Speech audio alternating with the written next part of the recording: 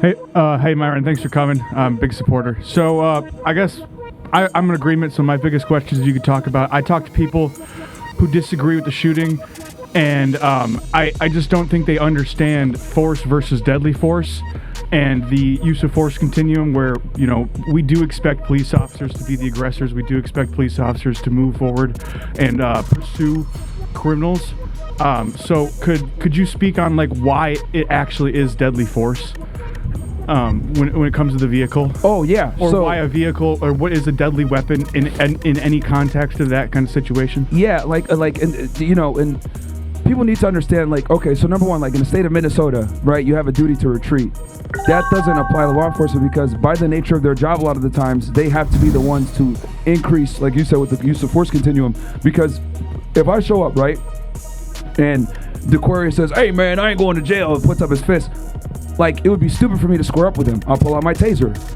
He pulls out a knife, I pull out my gun. So when it comes to law enforcement, you typically have to go one level above the perpetrator to be able to subdue them. Now, when it comes to a vehicle, that is absolutely a deadly weapon. And the ICE agent actually did get internal bleeding, as much as people were saying, like, oh yeah, he hurt his internal organs. She just came at him at like 5 miles per hour. People don't realize that you can, even if a car that size hitting you, like that can cause some serious damage. And when it comes to imminent death or serious bodily injury, you have the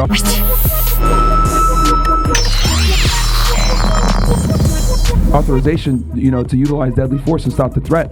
So, and people just don't understand that. So it is what it is, but you can't be committing felonies. They give you lawful orders and then you run a car at them. A vehicle is absolutely considered a deadly weapon. Many cops get hit by cars and die. There was actually a Baltimore police officer, a female, that's a whole other situation. But she got ran over and she died from the same exact situation. And the guy didn't even drive that fast.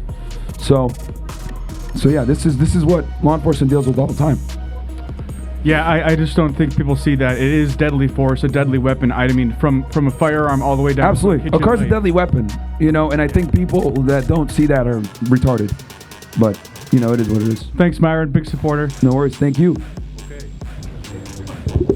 Hello. Hi, how are you? Kind of going back to the other conversation with the shooting being justified. I feel like I'm specifically kind of 50-50 in it. So I've been in law enforcement for 4 years, and I do agree that a vehicle is like something that could cause a death. But in some way, like when you have a situation, you want to take kind of down the level of like how stressful it is. Oh, sorry. I'm short. Okay, so kind of saying that wouldn't adjustable solution would be like shoot the tire so that way she doesn't run away, because she didn't, other than being in the vehicle, it's not a deadly force. So shooting out tires is very maverick, and not many agencies authorize that. And I think actually for ICE you can't shoot the tires out. So if you are gonna shoot at a car, it's got to pretty much be only to defend yourself from the kind of the perspective of the ICE officer did. So, like, are you like actual sworn law enforcement, or? I'm not sworn. No. Okay, so you're not sworn. So there's not many law enforcement agencies that like authorize shooting out tires. Like typically, really reckless state police agencies only authorize that. So that's not going to be a thing. And I see what you're saying. Like, hey, look, they could have maybe dealt with it at a lower level, but you got to remember that they have to meet the perpetrator where the perpetrator's at, right? It's very difficult to de-escalate things, especially in that rapid time frame. We're talking about a matter of seconds. Guy comes up, get out the car. She doesn't want to comply. She backs up the car. He pulls out his gun. She still drives towards him anyway. Like, these are all, escalatory behaviors that would lead a reasonable person to be like, oh, wow. And he's trying to get out the way as he's shooting. That's another thing people say, oh, well, bro, you should just got out the way. He tried, and he got hit. Officer who should not have been working, who, had gotten dragged 10 months ago. Why is this woman talking and not in the kitchen? What's going on here? What the hell is going on? So, like, wait, she's just standing by the snowbank, and I'm like, I don't see a stove there. Why is she talking? What's going on? Like, what's... Okay, yeah, just women being women, right? But anyway, yeah, but to finish what I was saying here, they had to meet her where she was at, unfortunately. I agree with that, and like obviously I do see it as somewhat reasonable. Yeah, you're welcome to come to the thing after if you want. No, you're fine.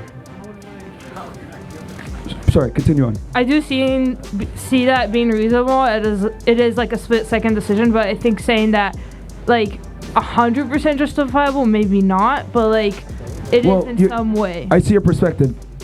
The reality is legally, it's 100% justified. Now, if you want to have a moral discussion, that's different. That's very subjective. But I would say, keep in mind, when it comes to use of force in America, the law enforcement officer is going to be judged on, did he act in a reasonable manner given all the facts and circumstances that he was in at the time that the use of force happened. And I think universally, most people would agree, most attorneys, law enforcement, etc., training, that was a good shoot, unfortunately. I wish it didn't happen, but given the facts and circumstances, he's absolutely justified. Okay, thank you. No worries. Okay. We go ahead. Did you have a disagreement too? Yeah. Okay, disagreement, cool. And then we'll get... All right. So I disagree that she was intentionally driving into the officer, but that's not what I'm going to discuss right now. I have a question for you. Oh, you're saying you don't think she intentionally was trying to drive? Yeah, but I don't want to talk. But that's kind of irrelevant. But that's fine. I know. I'm talking. Yeah. I'm going to ask you a different question. All right. Did he? Because I want everybody to know that's listening. Like her intention when she drove towards him isn't relevant to him using force. Yeah. It's how he interpreted it. But go ahead. All right. Did the officer shoot at Renee from the front or from the side of her car? Both. He shot through the side window, though. That was where the fatal shot came from. Yeah. Right. So that means that she was not running over him at the time that he shot the lethal shot. So we're talking a matter of milliseconds here. So as she's coming at him and he's moving out the way, law enforcement is trained to stop the threat. And that includes up to deadly force. So as he's moving out the way and shooting, we're talking about a rapidly evolving event, right? So once you get into that mode, you're shooting. And this is precisely why 20/20 hindsight is never taken into account when law enforcement officers or use of force in general is typically applied. All right, yeah, but that's... Because it's easy to Monday morning quarterback and say, oh, well, bro, technically, let's put the protractor over here. If you move 2 degrees this way, you would have been fine. Why'd you shoot from the side? They're trained to stop the threat. Also, they're trained to use lethal force as an absolute last resort. The fact that he was able to get to the side of the car into safety shows that he was able to survive the car without fatally shooting Renee. So shooting her, the imminent threat was gone. He no longer has the right to use lethal force in that situation because there is no imminent threat anymore. He was able to get to the side of the car. Well, keep in mind that she still hit him. He still got injured. He didn't know who was behind him. He was there with other people. So when law enforcement shoots to stop the threat, it's not just for their for them immediately. It's also for other law enforcement and other civilians as well. Because if you're telling someone get out the car, they back up, you pull out your gun, and then they drive towards you, how are you going to interpret that? Okay, this person clearly doesn't care. They're reckless. I'm shooting to stop this threat, not just as a threat for me, but a threat for my colleagues and other people and other civilians that are in the area. That's how they apply force. That's kind of ridiculous. There were no other law enforcement officers in the path of Renee. She was driving straight forward. That's the law. What's the law? The law is that lethal force. Stop the threat. Lethal force is the last threat. He can stop the threat some other way. They can start a police chase, but killing her is not an option there. He had no threat to his life at that point. He absolutely did. How? He jumped to the side. He survived. He got hit in the process. Also, here's another thing. That guy got dragged like 6 months earlier by someone. That's what I'm going on to. So I'll talk about that with you after. Yeah. So that actually strengthens my argument because. Oh, really? It weakens it? I'm sorry for taking you away from the mic. Yeah. Well, let's finish him first, and then go ahead. You keep going. Right. My main point overall is that it is a law in all law enforcement operations that when the imminent threat is gone, which it was because he jumped to the side of the car and he was no longer getting ran over whatsoever, lethal force is simply not an option. Again, we're talking a matter of milliseconds here. He's moving out the way as he's shooting. Okay, so this is all happening rapidly. It can't be like, okay, I'm out the way. I think not gonna pull the trigger no more. No, dude, we're talking about literally milliseconds here. And again, it's the fact that he got out of the way. He's trained, but here's the thing: it's the fact that he was able to get out of the way that shows that he was not an. But he got hit in the process. He got hit in the process, and his job is to stop the threat. That you're ignoring the fact that he's out of the way. Like, okay. I don't understand why you're. When she drove at him and he got. Let me ask you this. No, Let's keep this simple. Was he out of the way or not? Buddy. What? Let's go through this simply because you got to look at this objectively. Look at this through your feelings. Objectively. Yes, objectively. Okay, so he wait, gets hit. wait. You won't answer to me if he got out of the way or not. But He got out the way. I'm the one He got out the way. But Okay, was she a threat coming at him? So he wasn't in a minute. Okay, Was he she was out of the way. was the she car hitting him? was he? No, you what- can't just ignore that. You can't No. just ignore that fact. I'm asking you a question. Okay, what's your question? Was she a threat when she drove at him with the car? Yes. Okay, and he ended the threat. Done. Did he shoot her when he was driving towards She was him, a or threat. did he shoot her As soon as when she he was on the came, side of her, though? as soon as she came at him, she became a threat, and at that point, he has every right to end the threat. It's the last resort. So if he was able to get out of the threat without killing her, it's no longer an imminent threat. No, because it's a threat not just to him, but other people as well. What other people? He was there with several of his colleagues. And were any of them? And then there's also civilians. Were Who any knows? of them being ran over? Again, like I said, as soon as she drove at him, Okay, by she that became logic- a threat, and he stopped the threat. By that, That's it. By that logic, it's like if I see someone on the street with fellow law enforcement officers, it's a potential threat to other people. So therefore, I have the right to detain him or something. Like, what does that even mean? She was an imminent threat because she came at him, and he she got hit wasn't in the an imminent process. threat anymore. What imminent means at the time. If he was able to get to the side, then that means she wasn't an imminent threat to him anymore. She literally was because he got hit. Dude, again, this is why they're trained to stop the threats. They're also trained to use lethal force. That as a she last became resort. a threat, They're also and trained he to used use lethal force as to a last subdue the resort. threat, and that's what happened. Subdue what threat? He got to the side of her. Again, you're going off of 2020 hindsight. We go off of what was going in through his mind at the time. Lawful commands are done. Wife is saying, just drive. She backs up, drives towards him. He's obviously surprised. He gets out the way as he's shooting at her to stop the threat. Legally justified, my friend. Wait, now, so whether you're you saying- interpret it as a threat or not from a Monday morning quarterback perspective, quite frankly, is irrelevant. He's justified in this shooting because he was there at the time and actually was dealing with the threat. And that's how he dealt with it. And that's why it's legally justified. Okay. Like, you might not like it, you might not agree with it, but the reality is that he was justified, which is why they're not prosecuting him. Dude, the reality is that he knew he survived when he jumped to the side of it, right? He should have just stopped right there. He's a trained officer. He's able to not pull the trigger at that point. He could have jumped to the side, realized, okay, the car's not coming at me anymore. It's no longer an imminent threat. I no longer have the right to shoot and kill her. Can we do teamwork, please? Yeah, you just don't. I don't think you understand tactics. Which is Yeah, fine. I don't think you understand like law enforcement policy. Yeah, you definitely don't. Oh, I definitely you don't. you definitely don't. Yeah.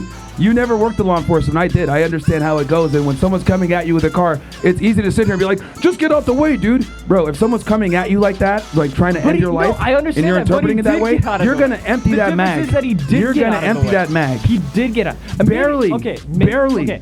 Okay. So someone comes at you with a knife, Okay, right? yeah. And they nick you with it, and they Yeah. get you, like they try to go for your neck, but they get you in the chest. Yeah. Are you gonna sit there and be like, well, they're not an imminent threat anymore, bro? That's not comparable. you know? That's not comparable at all because a person with a knife can easily just turn around and stab you again. Yeah, but again, she hit him with the car, and the car's a deadly weapon. Can you acknowledge that comparison was absolutely stupid? No, it's they're both deadly weapons. Whether it's a car or a knife, it's a deadly weapon. But the difference is a knife attack can happen multiple she's times. showing clear disregard for him, and who else might she run over in the process? Yeah, but- Again, but- remember but they can had I the see how a knife is they had it completely surrounded. different? They had the vehicle. Law enforcement was all around it. So if she clearly showed the disregard of backing up and then driving into him, as he has his gun there and he's giving her lawful commands alongside the other guy, a reasonable person can interpret, hey, this person is not going to stop and they're going to keep doing this, so I need to end the threat not just for myself but for my colleagues and for other civilians because this individual clearly is being reckless.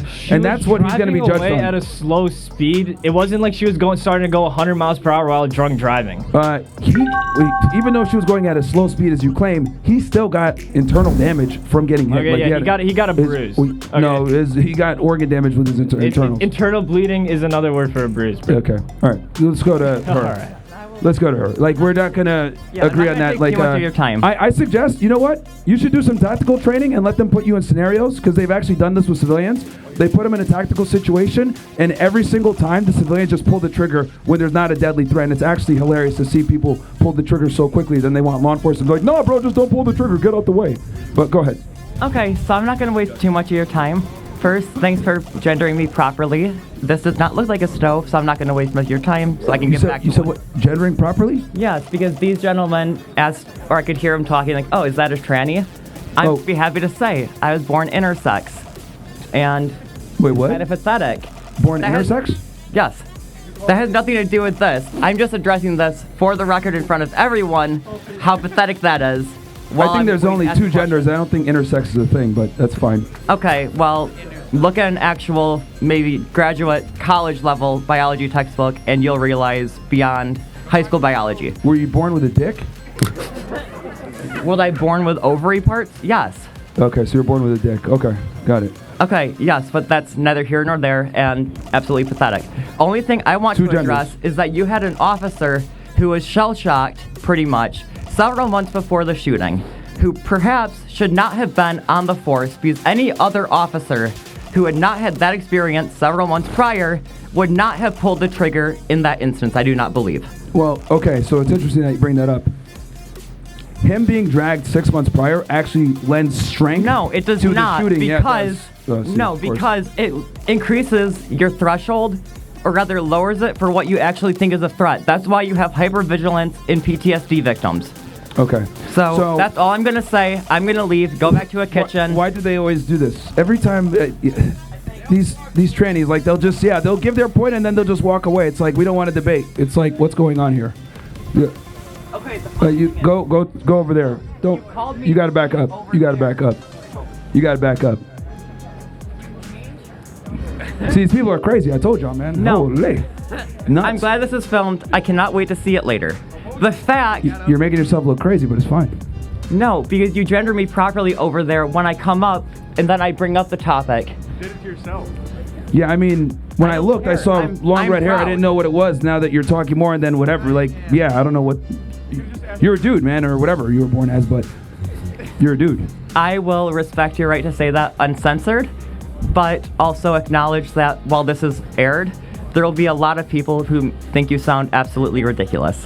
There's two people genders. who don't, but there's two genders. If you don't want to, accept reality, that's fine. But we weren't even talking about that. No, my thing is, I find it interesting how you go ahead and you give your statement of like, no, I'm going to address how you started it by saying I should be in the kitchen, giving a female stereotype. Well, as soon as I bring it up to thank you of that, to mock the fact that okay, this is also not an oven, and hearing people talk, oh, is that a tranny? Yes, I will bring it up because I'm not ashamed, because anyone with a brain who can read a textbook and realize, oh, there is ambiguity